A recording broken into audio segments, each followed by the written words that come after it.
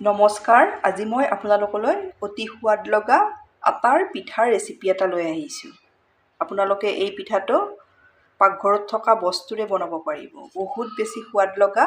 আহকচোন ভিডিঅ'টোৰ মাজলৈ। এয়া মই পিঠাটো বনাবলৈ 2টা কণী লৈছোঁ। ইয়াত মই 4-5 চামুচ পিচি থৈ দিয়া চেনি দি দিছোঁ। গোটা চেনিও দিব পাৰে, কিন্তু এইদৰে পিচি থৈ দিয়া চেনি দিলে সোনকালে মিক্স হৈ যায়। এয়া মই আধা চামুচ নিমখ দি দিছোঁ। আপোনালোকে গোটা চেনিটো দিলে সময়টো বেছি লাগিব, সেইকাৰণে এইদৰে অলপ পিচি দিলে সোনকালে হৈ যায়। এইখিনি ভালদৰে ফেটি ল'ব লাগিব। চেনিখিনি ভালদৰে মিলি যোৱালৈ এইখিনি ফেটি ল'ব লাগিব।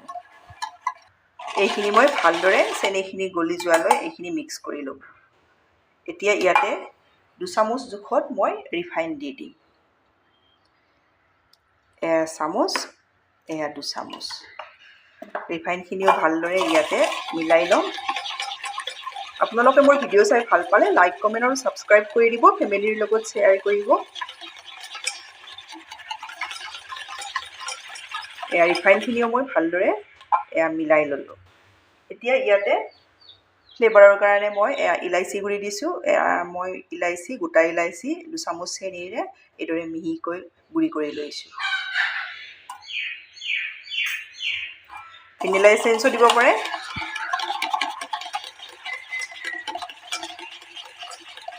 এয়া মই ভালদৰে মিলাই ল'লোঁ।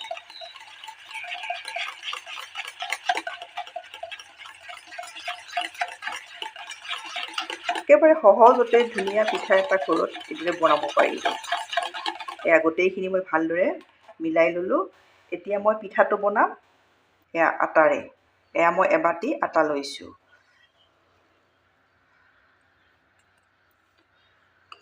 ইয়াত মই 2 চামুচ জোখত এয়া বগা তিল দি দিছোঁ। থাকিলে দি দিব। এতিয়া এইখিনি মই ইয়াতে মিলাই ল'ব লাগিব। প্ৰথমতে মই এইদৰে মিলাই লৈছোঁ।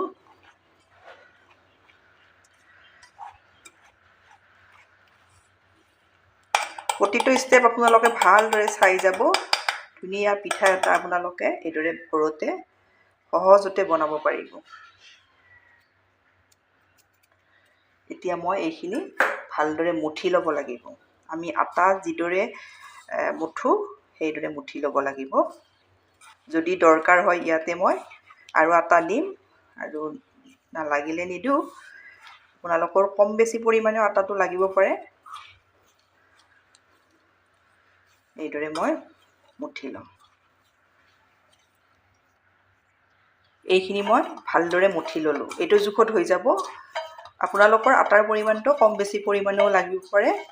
কেৱল আটাখিনি আপোনালোকে এইদৰে মুঠি থাকিব। লাগিলে অলপ দি দিব, একো নাই। এইখিনি মোৰ ৰেডি হৈ গ'ল। এতিয়া ইয়াৰে মই 2টা ভাগ কৰি লৈ ল'ম। এয়া দেখিছেনে? এয়া মই লাডু এটা লৈ লৈছোঁ। ইয়াৰ ওপৰত মই অলপ আটা এইদৰে ছটিয়াই লৈছোঁ। একেবাৰে সহজতে আপোনালোকে ঘৰত এইদৰে ধুনীয়া পিঠা এটা বনাই খাব পাৰিব। এইদৰে বেলি ল'ম। একেবাৰে পাতল কৰিব নালাগে, অলপ ডাঠ কৰি ৰখাব লাগিব। এইদৰে মই বেলি ল'লোঁ। আপোনালোকে একেবাৰে পাতল নকৰিব, এইটো জোখত ৰখাব। এতিয়া মই ইয়াত গ্লাছ এটা লৈছোঁ। এইদৰে মই কাটি যাম। ধুনীয়া পিঠা এটা আপোনালোকে ঘৰত একেবাৰে সহজতে বনাব পাৰিব। এয়া দেখিছেনে? এইদৰে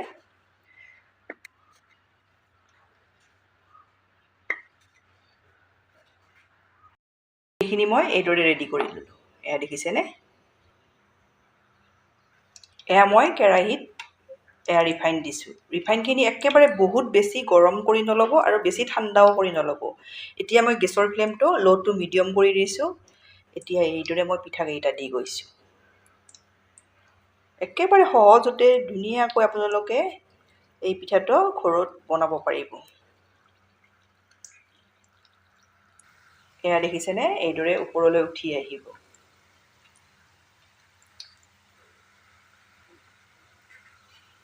একেবাৰে হাই ফ্লেমত আপোনালোকে পিঠাটো নাভাজিব।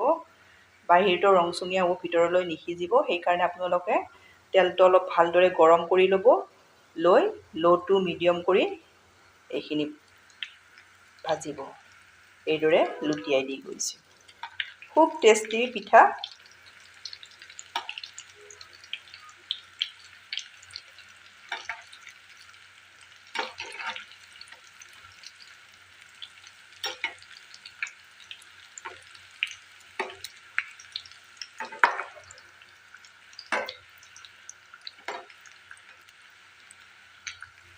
এইদৰে ল' টু মিডিয়ামত ৰংচঙীয়াকৈ ভাজি ল'ম।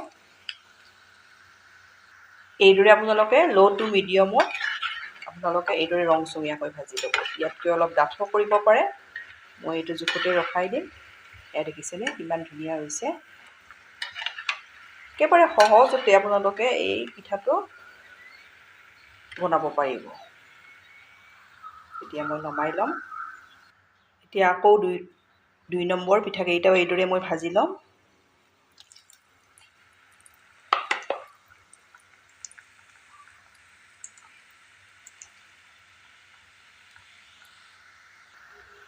এতিয়া মই এইদৰে লুটিয়াই দি দিম। একেদৰে আপোনালোকে কেৱল ল' টু মিডিয়ামত ভাজিব।